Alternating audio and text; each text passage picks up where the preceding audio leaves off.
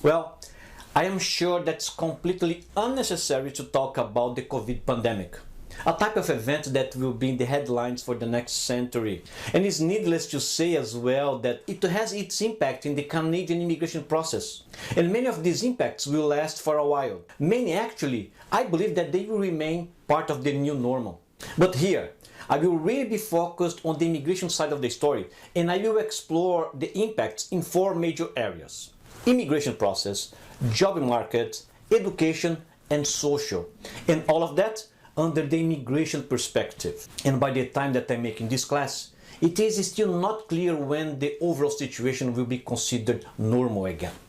But I want to highlight here first one amazing positive impact. And yes, not all the news around COVID will be negative here. Because the Canadian government, to compensate the fall of the immigration in 2020, they have set the most ambitious immigration level plans in its history. Believe it or not, despite the whole global pandemic, the Canadian government has set the target of welcoming more than 400,000 new immigrants per year, starting already in 2021, increasing this number by 10,000 per year until 2023.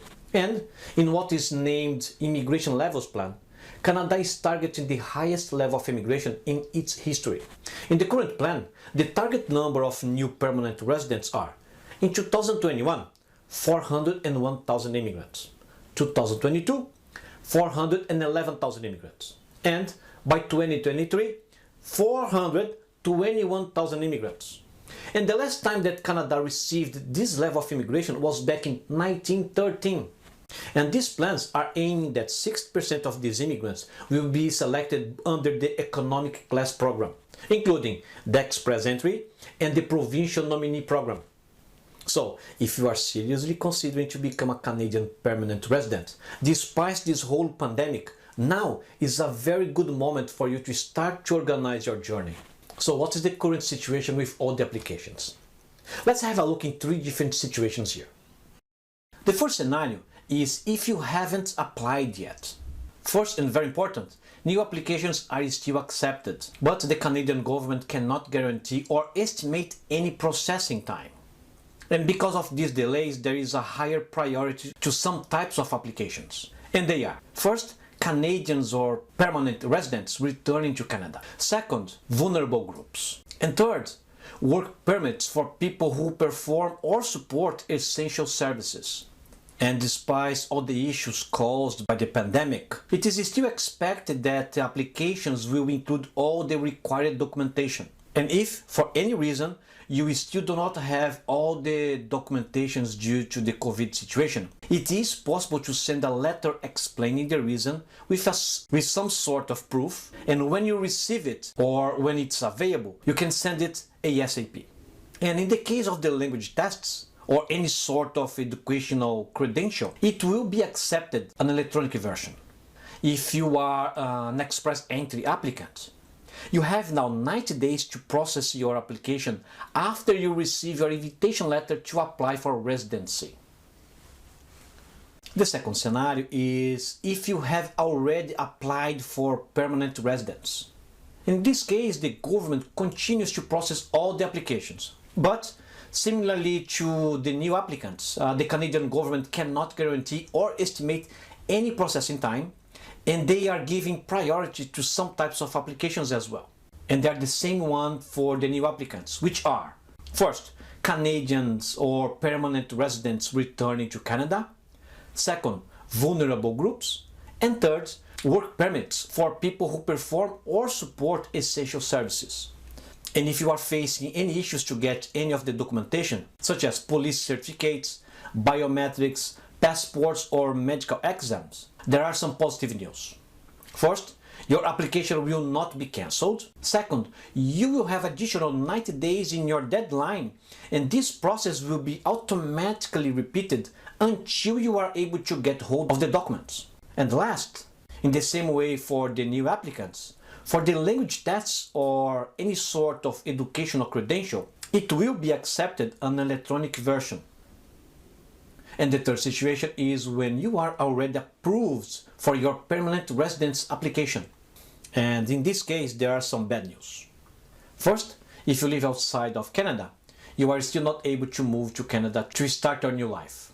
But there are some exceptions, such as you received your confirmation of permanent residence or COPR before March 18, 2020, or if you are exempt from the travel restrictions, and there are many. And some examples are if you are a Canadian citizen, or a permanent resident of Canada, a person registered under the Canada's Indian Act, or a protected person. And pretty much all these exceptions will still demand a period of quarantine for 14 days.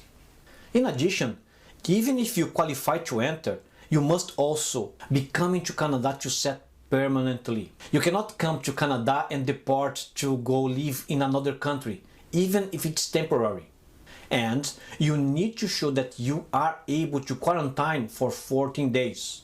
And don't forget that provinces and territories may have their own travel restrictions. Before you travel, check the official website of your province or territory to learn about all the requirements and mainly the restrictions.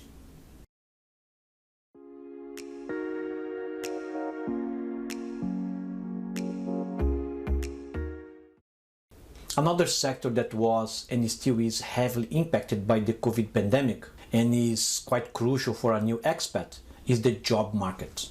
In general terms, the levels of employment in Canada have been reduced since the beginning of the pandemic, to a point that the level of unemployment in February 2021 was 8.2% against 7.8% in March 2020. And just to give even more perspective, in May 2020, the unemployment rate in Canada reached the level of 13.7%. And another positive number is that the amount of long-term unemployed people was reduced by 9.7%. And this is a very positive outcome. But it is a direct consequence of the fact that many of the health restrictions put in place in December 2020 were eased in many provinces, allowing the reopening of many non-essential businesses. And this detail is very important because the situation is still very fluid, and despite the vaccination, it is still not under control, which means that there is a risk that it can get worse before it is normalized, and you have to monitor the situation on a daily basis. But this high-level overview has to be seen with extra care by someone planning to move to Canada, because the situation changes when you look to the job market under an expat or immigrant perspective. And just to highlight one big example, this pandemic has hit very hard some sectors, in special accommodation and food services.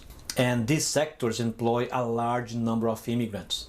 Just to put that in perspective, overall, immigrants comprise 26% of Canada's total labor force, but they make up to 35% on the accommodation and food services workers. And similar situation can be seen in other segments where immigrants' labor are overrepresented. And you need to understand how fluid and dynamic this situation is. And you need to be prepared because immigrants are in a more vulnerable situation in the labor market due to their less stable employment conditions and a lower seniority on the job. In addition, new immigrants have a much smaller network of contacts, which is something really relevant when there are fewer jobs on the market. And different studies also suggest that discrimination strongly increases in time like this. For instance, according to the Statistics Canada, 17% of immigrants employed in March 2021 were out of the work in April, compared with 13.5% of Canadian-born workers.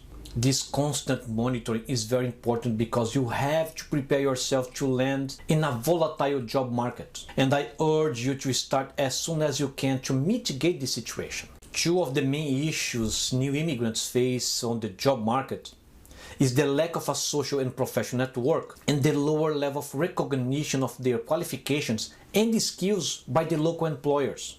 And one of the first things you can start to address is to use all the social network mechanisms to start to build a local network and start to build a professional list of contacts. And this can be done way before you land in Canada. Another thing that I strongly advise you to do is to understand in great level of details the characteristics of the market you are aiming to enter, evaluating the level of experience requested, what type of qualifications are normally requested, and which accreditations are stronger. For instance, if you are a project manager, check which international certifications are stronger in Canada, and if you don't have it, prepare yourself in order to obtain it. You have to proactively identify any gaps between your current level of experience and skills, and work to bridge this gap before you land in Canada. This will definitely mitigate many of the main issues new immigrants face, and that will for sure reduce the amount of time necessary for you to find your first job.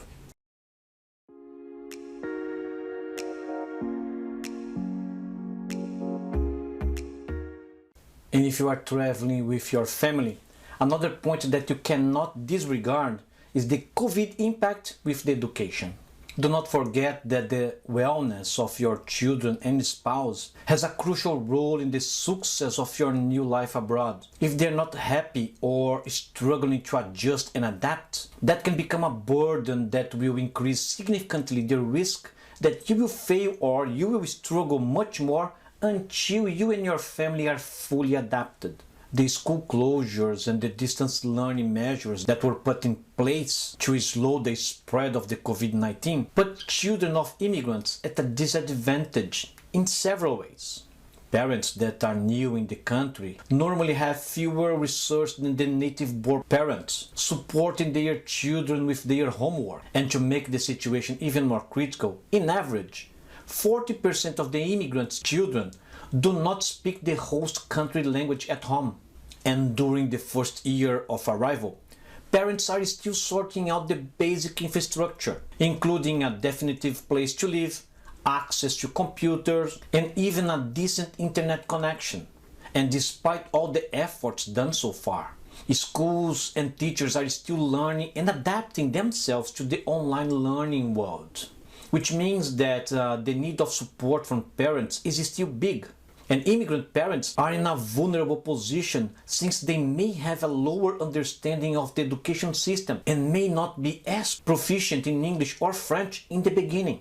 And all these factors, if not managed carefully, can compromise the children's adaptation and educational progress. And here is another example where parents can start to mitigate the problems very early in the process. Things like a better understanding about the educational system, improve the language learning both for the parents and especially for the kids, secure as soon as possible internet connection and a computer, find a place with the right space for the kids, and even engage your kids in any sort of online learning in order to make them more prepared and resilient to deal with the situation.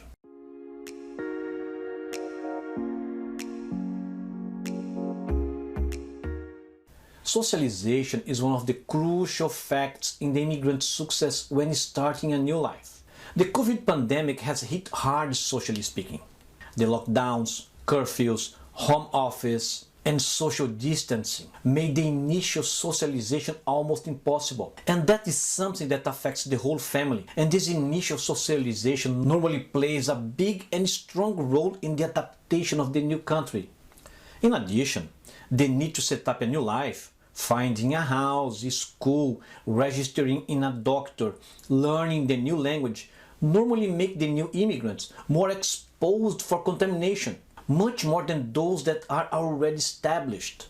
And that makes the immigrant even more vulnerable to the COVID. For instance, in Ontario, immigrants accounted for 43.5% of the case, while they account for only 25% of its population.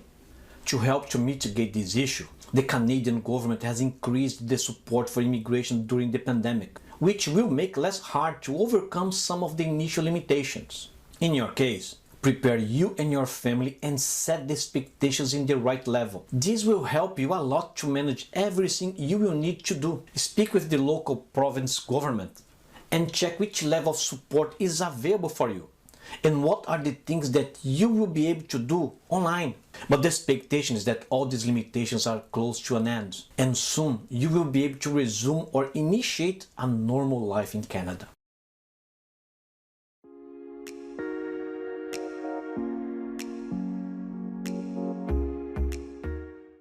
So, after seeing some of the difficulties that you can find in a Canadian post-pandemic society, should you give up? My answer is no. Do not let the fear of losing to remove your will of winning. Actually, use this knowledge and awareness to prepare yourself even more. I have good news for you. You are one of those that are preparing yourself, much more than the majority of the other candidates. Otherwise, you wouldn't be watching this class. And just to give you a personal example, I moved to UK in the end of 2007, exactly when the biggest financial crisis in the human history exploded. And of course that it created a lot of difficulties and problems to find a job and set my new life. But I arrived very well prepared, me and my family, and we managed to sort everything and initiated our life. I strongly believe that this crisis will open up a lot of opportunities in Canada for those candidates that arrive very well prepared.